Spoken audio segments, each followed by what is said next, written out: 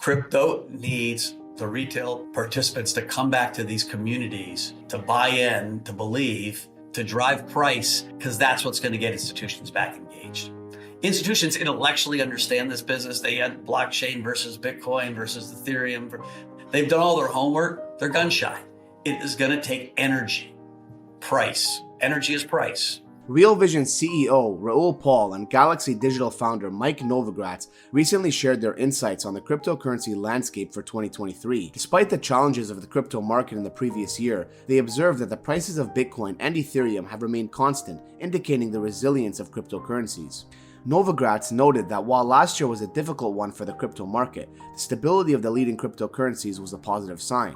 Paul concurred, holding an optimistic view for 2023 and even forecasting a major surge in the crypto world. The two leaders are closely monitoring market developments in the upcoming quarter, but both remain confident in the growth and potential of the crypto market.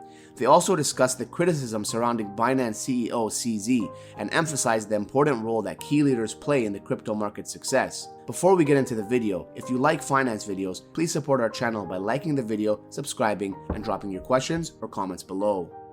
I still think, I still speak to the institutions. They're still all interested in the space. We did a webinar yesterday. We had 600 people on it. I was like, can you guys each give me $1?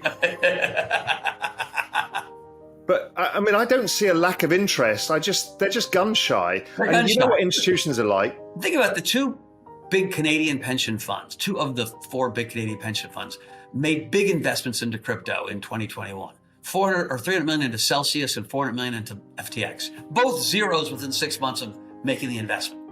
And so you got to be pretty stinking brave to be a Canadian pension fund guy to say, hey, I'm next. And so it's just it's so unfreaking fortunate that, people got caught up in the frenzy and fraudulence, and because you don't know how many times me and my team have made presentations to Canadian pension funds and been there. This is starting in 2014. Dan Moore was going up there, I think, in 13. And to kind of get them all engaged, because always their employees were engaged. And then to have black eye, it's going to take a lot of courage for the next guy to make an investment. But I do think they're kind of short upside calls because, they're mainly momentum guys, right? So maybe not in the VC side for a bit. But in the market side, my guess is if ETH's trading at 3,000 and they can get a yield, they'll be herding into the space right now when they should be buying it. Why I said, if I was a field general, I would be doing, the Braveheart speech to all the retail guys out there. Crypto needs the retail participants to come back to these communities, to buy in, to believe, to drive price, because that's what's going to get institutions back engaged. Institutions intellectually understand this business. They had blockchain versus Bitcoin versus Ethereum. They've done all their homework. They're gun shy. It is going to take energy, price. Energy is price. And so why, there was this announcement today that the DOJ was going to, and I was like, everyone was like, it's Binance, it's Binance. Like, please don't have it be Binance. Please don't. Listen, we need to cheer for Binance. Like we do. They are 60% of the liquidity, or 40, some giant percentage of the liquidity. CZ has been always very focused on customer service. And so he's got a very loyal, giant retail following that believe in our ecosystem. We need those guys.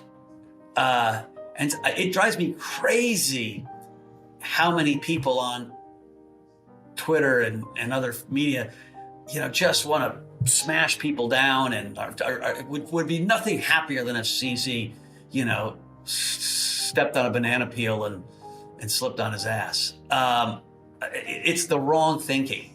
We need CZ to succeed, right? We need Galaxy to succeed. And what's your sense of where DC is now?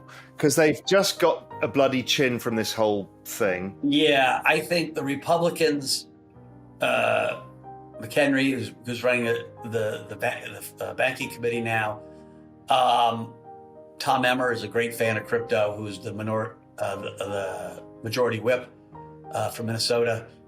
I think they are pro-crypto, and they're going to take Gensler across the coals for his performance at the SEC, and it's going to be pretty political. I think, unfortunately, the Democrats, who were all becoming crypto people, like they were like, it was going to be bipartisan, now feel like, oh, I got to back away because they got Sam Bankman-Fried stink over all of them. I actually read that Sam gave money to like 70% of all congressmen. I know. And so that part of it, I think, is going to make it harder for Dems to be like, oh yeah, crypto's great. It'll burn through, and the faster. And what about the fight between the CFTC and the SEC? Because that needs to get resolved for everybody, right? Oh yeah, I think that's on hold for a while. They're both like, we never said that. Why,